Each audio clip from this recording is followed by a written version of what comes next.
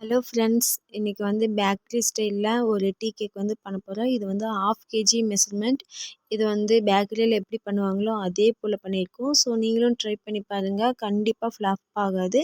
கண்டிப்பாக கரெக்டாக பர்ஃபெக்டாக வரும். ஸோ நீங்கள் வந்து ட்ரை பண்ணி பார்த்துட்டு கமெண்டில் சொல்லுங்கள். இதுக்கு தேவையான பொருள் 4 முட்டை, 1/2 teaspoon vanilla essence, 1/2 teaspoon milk essence, 1/2 teaspoon pineapple essence, அது கூட வந்து 1/2 டேபிள் ஸ்பூன் வந்து வாட்டர் வந்து ஆட் பண்ணிக்கலாம். ஏன்னா நம்ம இதில் வந்து ஜெல் சேர்த்த போகிறோம். ஸோ ஜெல் வந்து சேர்த்துறதுனால நம்ம கண்டிப்பாக வந்து வாட்ரு வந்து ஆட் பண்ணணும்.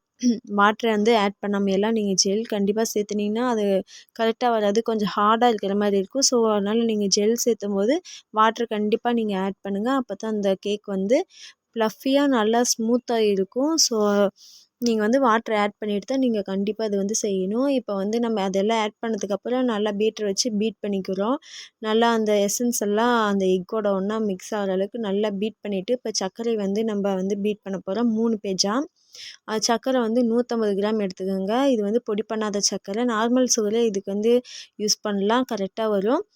3 பேட்சை ஆட் பண்ணதுக்கப்புறம் நல்லா மிக்ஸ் பண்ணணும். இது வந்து ஃபஸ்ட்டு ஸ்பீடில் வந்து மிக்ஸ் பண்ணிகிட்ருக்கேன். இப்போ வந்து 3வது பேட்ச் வந்து போட போகிறேன். அந்த 3வது பேட்ச் போட்டதுக்கப்புறம் 2nd ஸ்பீட், 3rd, 4th, 5த்துன்னு சொல்லிட்டு 5 ஸ்பீடு வரைக்கும் லாஸ்ட் வரைக்கும் வந்து நல்லா ஹை லெவலில் வச்சு நம்ம வந்து பீட் பண்ணணும். நல்லா பீட் பண்ணணும். அந்த சர்க்கரையும் அந்த முட்டையும் நல்லா வந்து பீட் ஆகி வரணும். நல்லா எப்படின்னா டபுள் மடங்கு, நம்ம போடுறத விட டபுள் மடங்கு வந்து அது ஃப்ளஃபியாக வரணும். அந்தளவுக்கு வந்து நல்லா பீட் பண்ணிக்கோங்க. அப்போ தான் வந்து கேக் வந்து அப்படியே ஸ்மூத்தாக நல்லா இருக்கும். ஹார்டாக இருக்காது, நல்லா ஸ்மூத்தாக சூப்பராக இருக்கும். ஸோ வந்து அதே மாதிரி இப்போ வீடியோவில் காட்டுற மாதிரி நல்லா இந்த மாதிரி ஃப்ளஃபியாக வர வரைக்கும் நல்லா பீட் பண்ணி எடுத்துக்கோங்க. இப்போ வீடியோவில் காட்டுறேன் பாருங்கள், இந்த மாதிரி வந்து வரணும். அப்போ தான் வந்து கேக் வந்து செம சூப்பராக இருக்கும். ஸோ இந்த மாதிரி வர வரைக்கும் நீங்கள் முட்டையும் சர்க்கரையும் நல்லா வந்து பீட் பண்ணிக்கோங்க. அடுத்தது வந்து நம்ம வந்து மைதா சேர்த்த போகிறோம். இது வந்து 150 கிராம் மைதா. கொஞ்சம் கொஞ்சமாக ஆட் பண்ணணும்.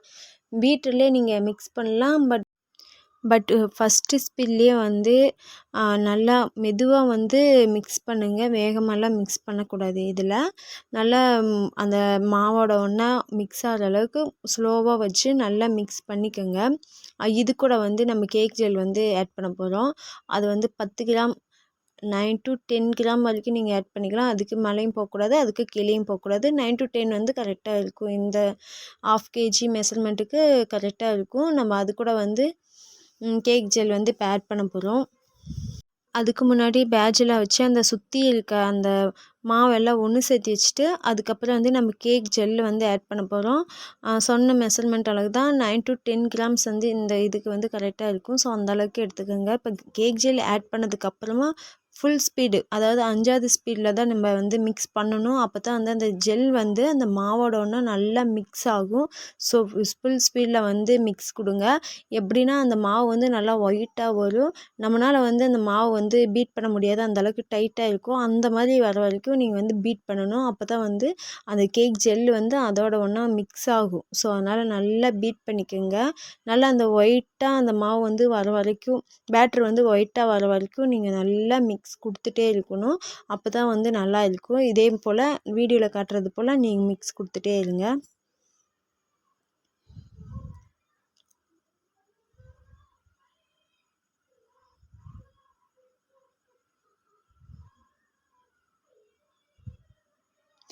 இப்போ பார்த்தீங்கன்னாவே தெரியும் அந்த மாவு வந்து எந்த அளவுக்கு கெட்டியாக திக்காக இருக்குன்னு. இப்போ வந்து 40 கிராம் ஆயில் எடுத்து நம்ம மிக்ஸ் கொடுக்குறோம். இது வந்து ஃபஸ்ட்டு ஸ்பீடில் ஆயில் சேர்த்தும் போது ஓவர் மிக்ஸ் வந்து பண்ணவே கூடாது.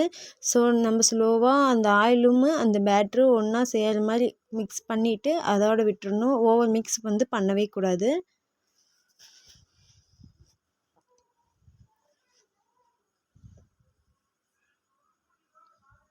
இப்போ பேட்சில் வச்சு நம்ம வந்து நல்லா மிக்ஸ் கொடுத்தீங்கன்னா இங்கே பார்த்தீங்கன்னா தெரியும் எவ்வளோ ஸ்மூத்தாக பேட்ரு வந்து ரெடி ஆகிருக்குன்னு. இந்த மாதிரி வந்து வரணும். பேட்ரு பார்த்தாவே தெரியும் எவ்வளோ சில்கியாக எவ்வளோ ஸ்மூத்தாக இருக்குன்னு சொல்லிட்டு. இப்போ 8 இன்ச் பேனில் ஆயில் தடவி பட்டர் சீட் வந்து போட்டாச்சு. இப்போ சைட்லலாம் நீங்கள் பட்டர் சீட் போடணுன்னு அவசியம் இல்லை, கீழே மட்டும் போட்டால் போதும். இப்போ வந்து பேட்டரை வந்து ஊற்றி ஓவனில் வந்து வைக்க போகிறோம். பேட்ரு பார்த்திங்கனாவே தெரியும் எந்த அளவுக்கு இருக்குதுன்னு சொல்லிட்டு. அப்படியே நம்ம சேனலை சப்போர்ட் பண்ணுங்கள். நம்ம சேனலை ஃபாலோ பண்ணுங்கள். இந்த வீடியோ பிடிச்சிருந்தா உங்களுக்கு லைக் பண்ணுங்கள். கண்டிப்பாக இனி வரும் வீடியோஸ் எல்லாமே பேக்கிங் பற்றின வீடியோஸாக இருக்கும். நீங்கள் கண்டிப்பாக இது மூலமாக கற்றுக்கிட்டு நீங்களும் வந்து ஏதாவது வீட்டில் இருந்தே நீங்களும் இது மாதிரி செஞ்சு சேல்ஸ் பண்ணலாம்.